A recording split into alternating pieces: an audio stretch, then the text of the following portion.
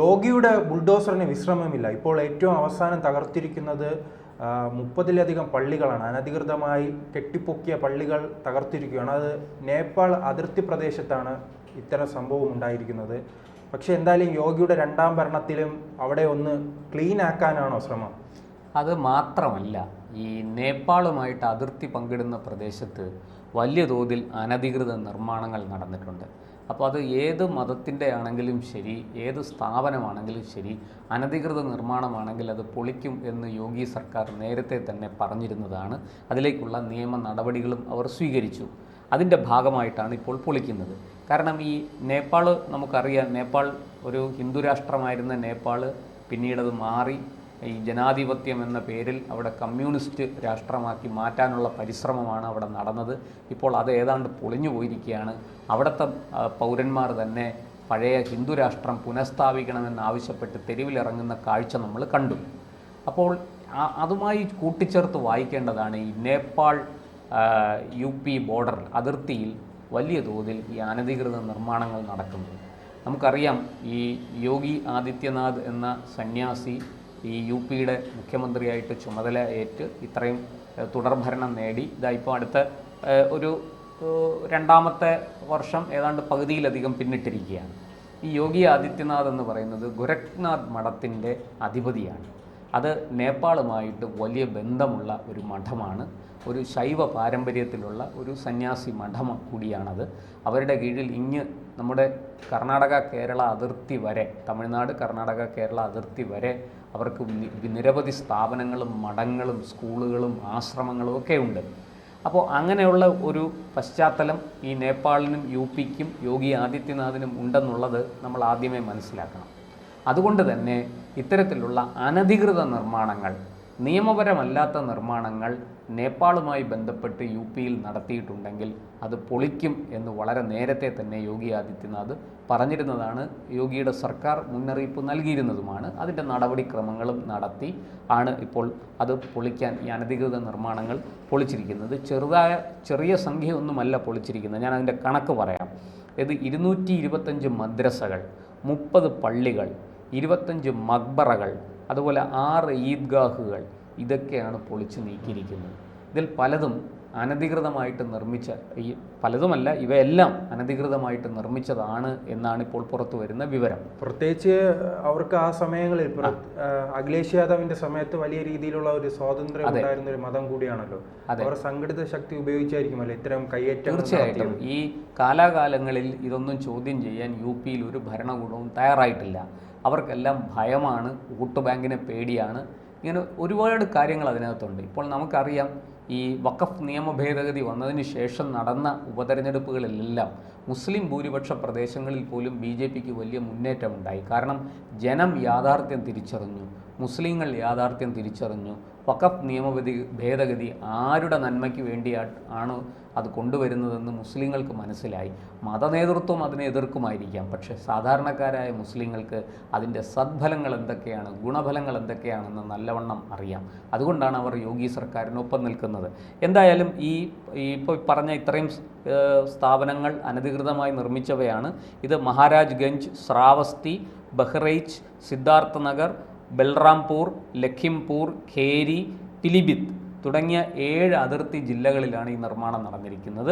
അത് ശ്രാവസ്തിയിൽ മാത്രം ഏതാണ്ട് 104 മദ്രസകളും 1 പള്ളിയും 5 മക്ബറയും 2 ഈദ്ഗാഹുകളും ഉണ്ടായിരുന്നു. ഇതെല്ലാം പൊളിച്ചു മാറ്റി, സമ്പൂർണ്ണമായിട്ടും പൊളിച്ചു മാറ്റി എന്ന് മാത്രമല്ല, ഇന്ത്യയിലെ എല്ലാ മതവിഭാഗങ്ങളും, എല്ലാ ഹിന്ദുക്കളായാലും ക്രിസ്ത്യാനികളായാലും ഇസ്ലാമായാലും അങ്ങനെ ഒരു തോന്നലുണ്ടല്ലോ, ഈ മത സ്ഥാപനങ്ങൾ അനധികൃതമായി കയ്യേറി, സർക്കാർ ഭൂമിയിൽ ഉൾപ്പെടെ കയ്യേറി നിർമ്മിക്കുന്നത് നാം കേരളത്തിൽ ഉൾപ്പെടെ നിരന്തരം കാണുകയാണ്. ഇതിനെന്തുകൊണ്ടായിരിക്കും ഒരു പ്രത്യേക നിയമം എന്തെങ്കിലും ആവശ്യമുണ്ടോ? തീർച്ചയായിട്ടും ഇത് നിലവിലെ നിയമങ്ങൾ കൊണ്ട് തന്നെ നമുക്കിത് ഈ കയ്യേറ്റം കുറേയൊക്കെ നമുക്ക് നിയന്ത്രിക്കാൻ പറ്റും. ഇനി അഥവാ അതിന് മറ്റെന്തെങ്കിലും ആവശ്യമുണ്ടെങ്കിൽ നിയമനിർമ്മാണം നടത്തണം. പക്ഷെ നമ്മളിപ്പോൾ മനസ്സിലാക്കേണ്ടത്, ഈ അതിർത്തി പ്രദേശത്തിലെ ഈ അനധികൃത നിർമ്മാണങ്ങൾ ചില പ്രത്യേക ലക്ഷ്യത്തോടു കൂടിയാണ് എന്ന് കേന്ദ്ര സർക്കാരിനും സംസ്ഥാന സർക്കാരിനും മനസ്സിലായി. കാരണം ഈ അതിർത്തി, ഇപ്പം നേപ്പാൾ അതിർത്തി ആയതുകൊണ്ട് നേപ്പാൾ എന്തായാലും ഇന്ത്യയെ ആക്രമിക്കാൻ വരില്ല. ഇന്ത്യയിലെ ഒരു കേരളത്തിൻ്റെ അത്ര പോലും ഒരു വലിപ്പം നേപ്പാളിനുണ്ടെന്ന് നമുക്ക് പറയാൻ കഴിയില്ല. പക്ഷേ ആ നേപ്പാളിനെ ഇന്ത്യയിൽ നിന്ന് ഈ പറയുന്നത് പോലെ പിടിച്ചടക്കാൻ, നേപ്പാളിനെ ഒരു പ്രത്യേക വിഭാഗത്തിൻ്റെ കയ്യിലെത്തിക്കാനുള്ള കൊടിയ പരിശ്രമങ്ങൾ നടന്നു വരികയാണ്. അതുകൊണ്ടാണ് ഈ അതിർത്തിയിൽ ഇത്തരം സ്ഥാപനങ്ങൾ വരുന്നത്. ഈ നേപ്പാളിൽ നിന്ന് ആൾക്കാരെ അവിടെ എത്തിക്കുക, മതപരിവർത്തനം ചെയ്യുക, അവർക്ക് വേണ്ട മതവിദ്യാഭ്യാസം കൊടുക്കുക, മതപരമായ കാര്യങ്ങൾക്ക് അവിടെ ആസൂത്രണങ്ങൾ നടത്തുക, ഇതെല്ലാം ഈ അതിർത്തി ജില്ലയിൽ വലിയ തോതിൽ നടന്നതായിട്ട് നേരത്തെ പരാതി ഉയർന്നിരുന്നു. യു പിയിൽ നമുക്കറിയാം, പലപ്പോഴും നേപ്പാളിൽ നിന്ന് പല അനധികൃത പ്രവർത്തനങ്ങൾക്കും ഇവിടേക്ക് ആളെ എത്തിക്കുക, അവരെ പരിശീലിപ്പിക്കുക, തിരിച്ച് നേപ്പാളിൽ അയക്കുക, കുഴപ്പങ്ങളുണ്ടാക്കുക, ഇതൊക്കെ മുമ്പും റിപ്പോർട്ട് ചെയ്യപ്പെട്ടിട്ടുള്ളതാണ്. എന്തായാലും ഇപ്പോൾ ഈ യോഗിയുടെ ഞാൻ കാണുന്ന മറ്റൊരു പ്രത്യേകത, ഈ അനധികൃത നിർമ്മാണങ്ങൾ കണ്ടെത്തിയാൽ അത് കയ്യോടെ പൊളിച്ചു നീക്കാൻ അദ്ദേഹം അതിനൊരു പദ്ധതി തന്നെ ആവിഷ്കരിച്ചിട്ടുണ്ട്.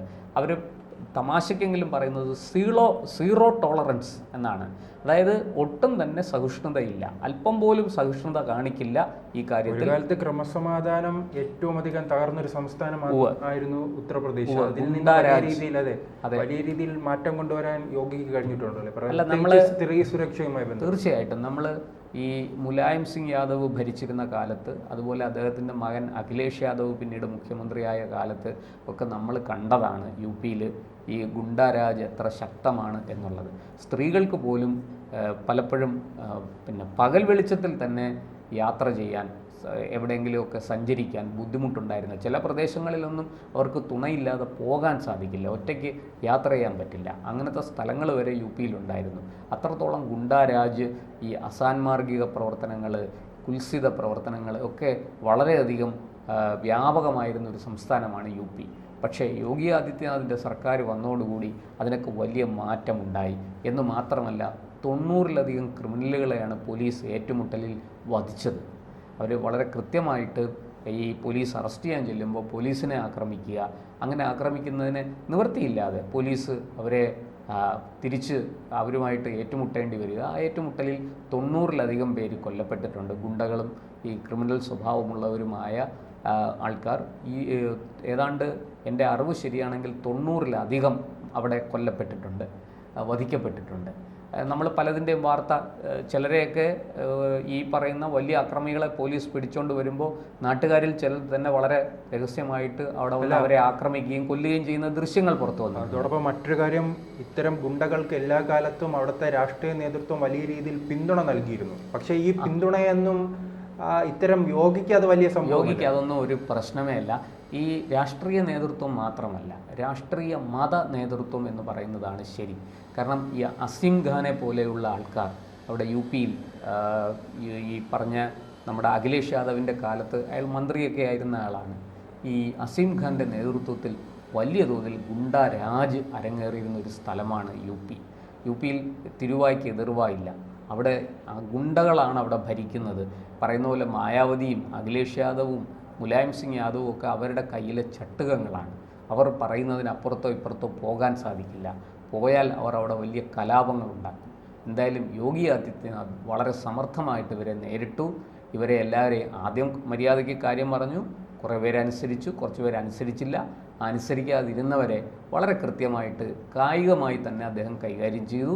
ഇന്നിപ്പോൾ നമ്മൾ പഴയതുപോലെ യു പിയിൽ നിന്ന് അത്തരം ഗുണ്ടാരാജിൻ്റെ വാർത്തകൾ, സ്ത്രീകൾ ഉപദ്രവിക്കപ്പെടുന്ന, പീഡിപ്പിക്കപ്പെടുന്ന, ബലാത്സംഗത്തിനിരയാകുന്ന വാർത്തകൾ നമ്മൾ കേൾക്കാറില്ല. അതിൻ്റെ എണ്ണം വളരെ കുറഞ്ഞിരിക്കുന്നു. അതുപോലെ തന്നെ മോഷണം. ഈ പശുവിനെ മോഷ്ടിച്ചുകൊണ്ട് പോയി, ഒരു കുടുംബത്തിൻ്റെ ആശ്രയമായിരിക്കുന്ന പശുവിനെ മോഷ്ടിച്ചുകൊണ്ട് പോവുക, എന്നിട്ട് അതിനെ ഇറച്ചിക്ക് വിൽക്കുക, ഇത്തരം കാര്യങ്ങൾ യു പിയിൽ വളരെ കൂടുതലായി നടന്നിരുന്നു. അതിനൊക്കെ ഇപ്പോൾ അറുതി വന്നിരിക്കുകയാണ്.